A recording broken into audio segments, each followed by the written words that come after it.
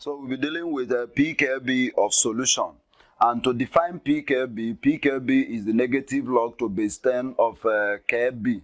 And Kb is ionization or dissociation constant of base. Mathematically, it is pKb is equal to negative log to base 10 of Kb. Now, for us to solve some questions under this pKb, we can have sample questions, though there are a lot of questions on that. On the exercise session, you can visit that and get more of the questions there. But to take a question, one question from here, we can say, determine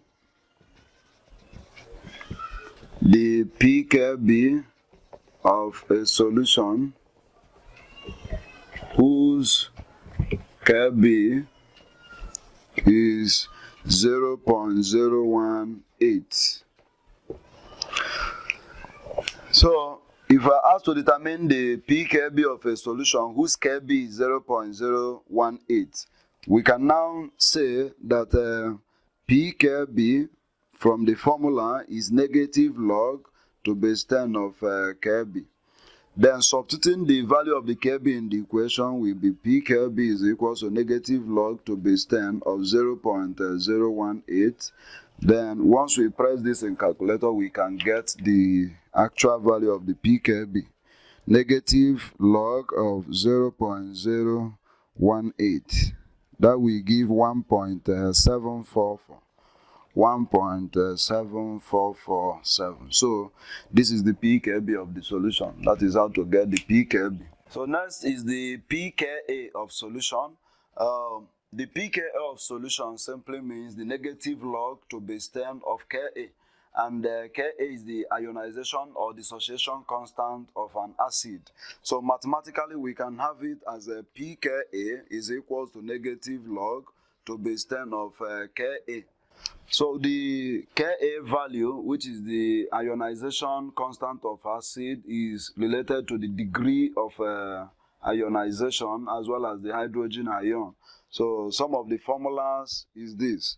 We have the hydrogen ion concentration is equal to the square root of KaC. This Ka is the dissociation constant as you have seen here, and this is the molality. So the dissociation constant is also related to the degree of dissociation, and that is alpha, which is equal to the square root of Ka all over C. The C is the molality, this is the degree of dissociation, the Ka is the dissociation constant. So questions can come from this, that is when you are given the Ka and you are given the molality, it also come when you are given the degree of dissociation and the molality as well. So you can convert and get the value for the Ka there. Let's take a sample question there. Determine the pK of a solution whose Ka is 0.02. So we can say that pKa is equal to negative log to base 10 of Ka. So substituting this into the equation, we have this negative log to base 10 of 0.02. And if you press this in calculator, you will get the pKa for that value, which is negative log of 0.02. So that will give 1.6989. That is the pKa.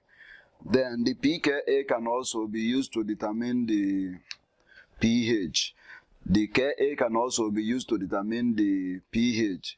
So it depends on the nature of the question, and let's see a relationship between the Ka and the hydrogen ion concentration. Example, so if we have this question now, determine the pH of 0.003 m of ammonia and the Kb of ammonia equals to 1.8 times 10 raised power minus 5 at 25 degrees Celsius. So to solve a question like that, what we have to do is, so first of all, find the OH. From the OH we can get the POH. This is Kb. So the OH hydroxide ion concentration is equals to square root of Ka B, C. And we are given the Kb, which is this, and the concentration is 0.003. Therefore, hydroxyl ion concentration will be equals to square root of Kb, which is 1.8 times 10 raised to power minus 5 multiplied by 0.003. So this will give me hydroxyl ion concentration is equal to square root of 1.8 times 3 times 10 raised to power minus 8, because we have minus 5 here and there are 3 zeros here. If you add it, it becomes minus 8. So taking the square root of this now, 1.8 times 3.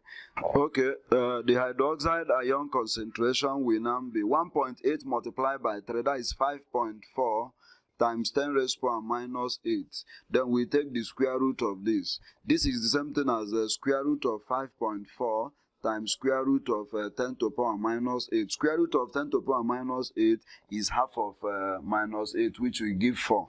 So this will now be root 5.4 times 10 raised to the power minus 4. And the square root of 5.4 will now give us 2.3. So square root of 5.4 is then times 10 to the power minus 4. This is the hydroxide ion concentration. The hydroxide ion concentration.